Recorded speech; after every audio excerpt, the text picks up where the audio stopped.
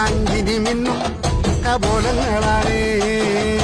കളവം കൊടുക്കുന്ന ആ കണ്ണുകളാണേ